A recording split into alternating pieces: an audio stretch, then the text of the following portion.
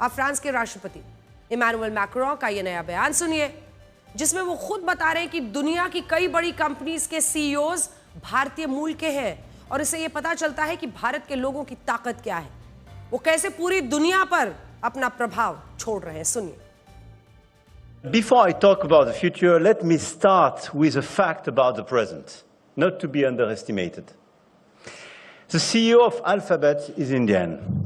The CEO of Microsoft is Indian. The CEO of IBM is Indian. The CEO of Adobe is Indian. The CEO of Palo Alto Networks is Indian. The CEO of Novartis is Indian.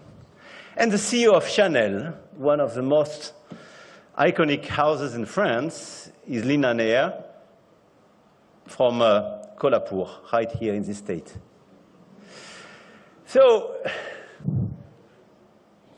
and if I would add to that, 3 months ago, Mathieu Blasi, Chanel's new creative director, chose a young woman from Hyderabad, Bhavita Mandava, to open his show in New York. And she was the first Indian model ever to open a Chanel runway. She was discovered on the subway platform and she walked into a subway station in front of the world. So India does not just participate to global innovation. India leads it. From Silicon Valley to the Champs-Élysées and from technology to culture. And that, dear Narendra, dear Prime Minister, is what this year of innovation celebrates. Not a promise, but a reality. तो आइए अगली खबर का रुख करते हैं, लेकिन उससे पहले राष्ट्रपति मैक्रों ने भारत के जिस टैलेंट पूल की बात की है उसे मैं आपको बड़ी स्क्रीन पर दिखाना चाहती हूं। जिस टैलेंट पूल पर पूरे भारत को गर्व है, हर भारतवासी को गर्व है, जिनका उन्होंने नाम लिया वो नामचीन लोग हैं, वो भारत का नाम रोशन कर रहे हैं, तो उनका नाम उनकी तस्वीर के साथ भारतीय मूल के ग्लोबल सीईओज की पूरी लिस्ट हम आपके सामने आज गर्व से रखना चाहते हैं, बड़ी स्क्रीन पर आपको दिखाना चाहते हैं। यकीन मानिए, इसे देखने के बाद आपको भी भारत की असली ताकत का अंदाजा होगा और शायद आपके अंदर में से कई युवाओं के अंदर से ये इच्छा जागृत हो कि हम भी इनकी तरह इस लिस्ट में शामिल हैं।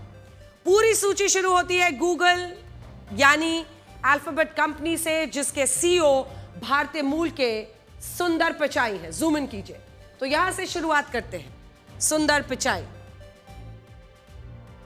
जानते हैं इस कंपनी की कुल नेटवर्थ है $3.6 ट्रिलियन यानी 332 लाख करोड़ रुपए। अगर यह कंपनी एक देश होती तो इस लिहाज से इस दुनिया की छठी सबसे बड़ी अर्थव्यवस्था माना जाता। और सोचिए, आज इसके सीईओ भारतीय मूल के सुंदर पिचाई है।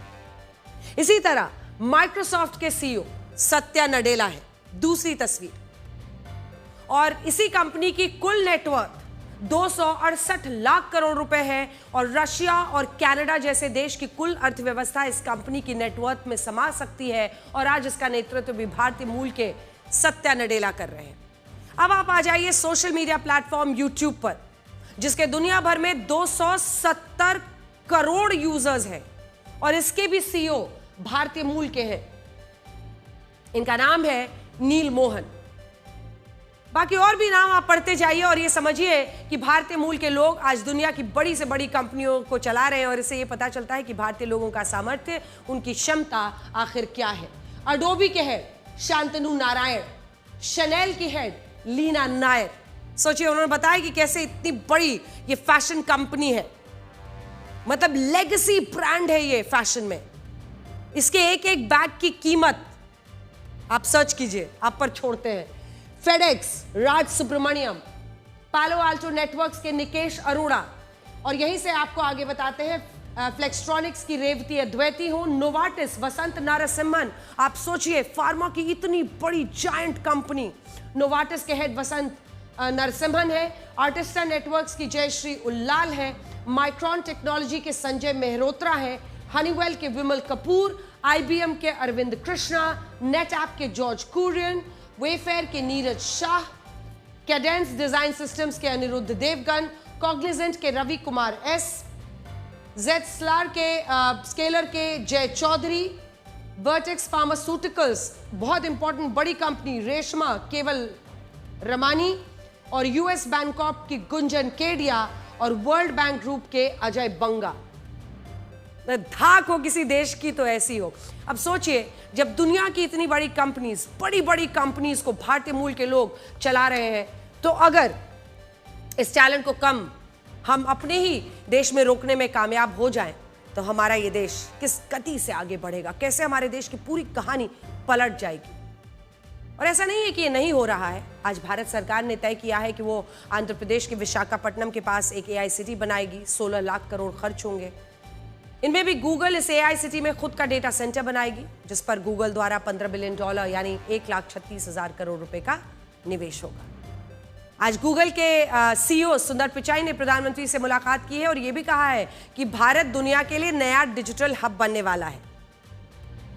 इसके अलावा आज प्रधानमंत्री मोदी ने AI समिट में हिस्सा लेने आए भूटान के प्रधानमंत्री शेरिंग तोब्गे, कजाकिस्तान के प्रधानमंत्री उल्जास बेख्तनेव, एस्टोनिया के राष्ट्रपति अलार कैरिस, क्रोएशिया के प्रधानमंत्री आंद्रेज प्लेंकोविक, सर्बिया के राष्ट्रपति अलेक्जेंडर वुसिक, स्पेन के प्रधानमंत्री पेड्रो सांचेज और फिनलैंड के प्रधानमंत्री पेटेरी ऑर्पो से मुलाकात की है। और उन्होंने भी अमेरिका नाम लिए बिना यह कहा कि दुनिया में टैरिफ की तुलना में ज्यादा फ्री ट्रेड की जरूरत है और भारत और यूरोपियन यूनियन की मदर ऑफ ऑल डील्स बहुत महत्वपूर्ण होने वाली है।